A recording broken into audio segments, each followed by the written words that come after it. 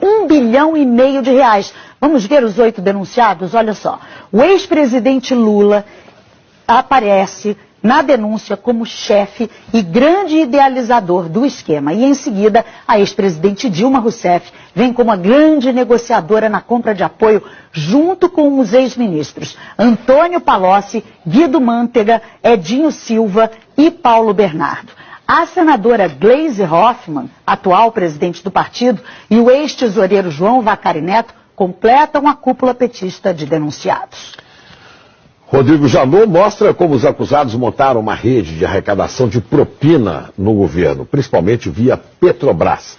O ex-presidente Lula foi apontado como líder do esquema e, por isso, se condenado, pegaria uma pena maior, não é, Juliana? Chico, a Ana Luísa mostrou aí todos os nomes dessa nova denúncia, né? E para o Procurador-Geral da República, Lula foi o grande idealizador dessa organização criminosa. O Ministério Público somou pagamentos de vantagens indevidas a Lula de 230 milhões de reais por suposto favorecimento às empreiteiras Odebrecht e OAS. A denúncia analisou o esquema desde 2002. A cúpula do PT cometeu pelo menos durante 14 anos crimes contra a administração pública, segundo o Procurador-Geral da República. Na denúncia, ele fala que o esquema envolveu órgãos como Petrobras, BNDES e Ministério do Planejamento, e que o esquema permitiu que os 8 petistas recebessem de propina quase 1,5 bilhão de reais. O procurador diz que só na Petrobras o prejuízo gerado foi de pelo menos 29 bilhões de reais. O documento fala que Lula foi um dos responsáveis pela constituição da organização e pelo desenho do sistema de arrecadação de propina, seja porque na qualidade de presidente da República por 8 anos, atuou diretamente na negociação espúria em torno da nomeação de cargos públicos com a intenção de obter de forma indevida o apoio político necessário junto ao PP, Partido Progressista, e ao PMDB, para que seus interesses e do seu grupo político fossem acolhidos no Congresso Nacional. O procurador diz ainda, no lugar de negociações políticas, temos negociatas ilícitas, nas quais a moeda de troca não era simplesmente divisão de poder para governar, mas sim a compra de apoio político com a utilização de dinheiro público. Rodrigo Janot define o ex-presidente Lula desse jeito, o grande idealizador da organização criminosa. E detalha os papéis de cada um dos denunciados. Relata que Lula, Dilma e o ex-ministro Antônio Palocci negociaram com o PMDB da Câmara apoio em troca de cargos públicos relevantes que poderiam ser instrumentalizados, como de fato foram, para a arrecadação de propina. Diz que o ex-tesoureiro João Vacari era o responsável pela cobrança de propina no varejo junto às diversas empresas que se relacionavam com o governo federal durante os governos Lula e Dilma. E que os ex-ministros Antônio Palocci e Guido Mantega eram os interlocutores diretos de Lula e Dilma nas negociações que envolviam a cobrança de propina em valores mais relevantes. A senadora e hoje presidente nacional do PT, Gleisi Hoffmann, e o ex-ministro Paulo Bernardo, segundo a denúncia, não apenas davam suporte ao esquema ilícito montado, como também operaram diretamente a cobrança de propina no Ministério do Planejamento. Diz ainda que Gleisi foi uma das mais beneficiadas nos esquemas ilícitos mantidos pela organização criminosa na Petrobras, no Ministério do Planejamento, junto ao Odebrecht e à JF.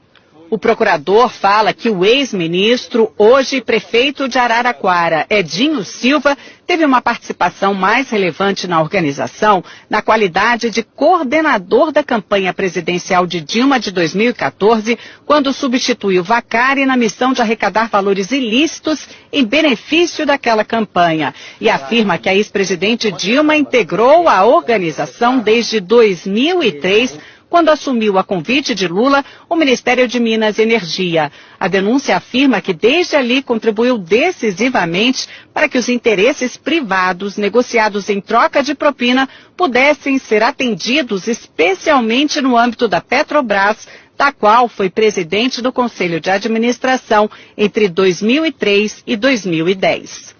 Outro trecho do documento diz que chama atenção a quantidade de contas correntes de propina mantidas pelos petistas junto a grupos empresariais dominantes no cenário econômico brasileiro. Foram identificadas pelo menos 5 contas instituídas em benefício do grupo político dos 8 petistas denunciados, junto a Odebrecht, JIF, OS, UTC, ao escritório de advocacia de Guilherme Gonçalves, além do ajuste de propina com dirigentes da Andrade Gutierrez. A Procuradoria quer que os 8 denunciados paguem juntos 6,8 bilhões de reais. Seriam 6 bilhões e meio de reais para a Petrobras, mais 150 milhões de reais por danos materiais e outros 150 milhões por danos morais, por lesões à ordem econômica, à administração da justiça e à administração pública. O procurador-geral, Rodrigo Janot, quer que os 8 petistas sejam condenados pelo crime de participação em organização criminosa, com pena maior para o ex-presidente Lula apontado como líder. Apesar de nem todos terem foro privilegiado, como Gleice Hoffmann é senadora, essa denúncia foi feita aqui no Supremo. Agora, cabe ao ministro Luiz Edson Fachin, relator da Lava Jato, notificar os denunciados para que eles apresentem a defesa, para então levar o caso até a segunda turma aqui do tribunal, que vai decidir se eles viram ou não réus. Dos 8 denunciados, só os ex-ministros Edinho Silva e Guido Mantega ainda não são réus na Lava Jato. Lula já é réu em 5 ações penais, 3 em Brasília e 2 no Paraná, sendo que em uma delas já foi condenado e recorre em liberdade.